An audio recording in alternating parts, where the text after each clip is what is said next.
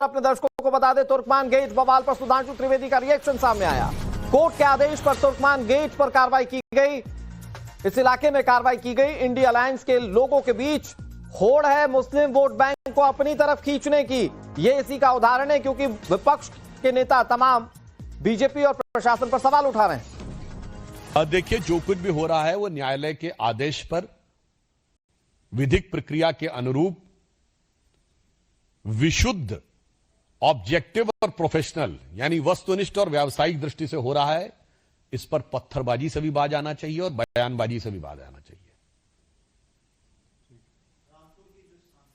देखिए, वो लोग आदतन बोलते हैं इस तरह के वातावरण में माहौल को उकसाकर, डाइवर्ट करके, भ्रम पैदा करके इंडी गठबंधन के दलों में जो आपसी प्रतिस्पर्धा है कट्टरपंथी वोटों के लिए, ये उसका एक अंग है। मुझे लगता है मगर देश की जनता इसको बहुत गंभीरता से नहीं लेती। अपने दर्शकों को बता दें, तुर्कमान गेट बवाल पर सुधांशु त्रिवेदी का रिएक्शन सामने आया। कोर्ट के आदेश पर तुर्कमान गेट पर कार्रवाई की गई। इस इलाके में कार्रवाई की गई। इंडी अलायंस के लोगों के बीच होड़ है मुस्लिम वोट बैंक को अपनी तरफ खींचने की। ये इसी का उदाहरण है, क्योंकि विपक्ष के नेता तमाम बीजेपी और प्रशासन पर सवाल उठा रहे हैं। देखिए, जो कुछ भी हो रहा है वो न्यायालय के आदेश पर विधिक प्रक्रिया के अनुरूप विशुद्ध, ऑब्जेक्टिव और प्रोफेशनल यानी वस्तुनिष्ठ और व्यावसायिक दृष्टि से हो रहा है। इस पर पत्थरबाजी से भी बाज आना चाहिए और बयानबाजी से भी बाज आना चाहिए।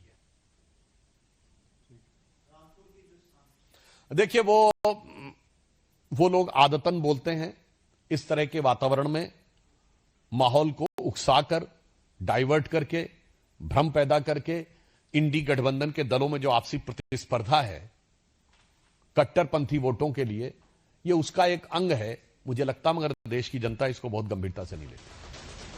अपने दर्शकों को बता दें, तुर्कमान गेट बवाल पर सुधांशु त्रिवेदी का रिएक्शन सामने आया। कोर्ट के आदेश पर तुर्कमान गेट पर कार्रवाई की गई। इस इलाके में कार्रवाई की गई। इंडी अलायंस के लोगों के बीच होड़ है मुस्लिम वोट बैंक को अपनी तरफ खींचने की।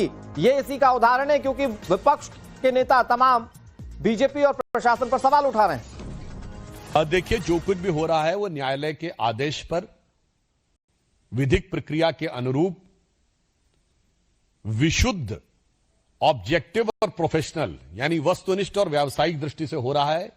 इस पर पत्थरबाजी से भी बाज आना चाहिए और बयानबाजी से भी बाज आना चाहिए।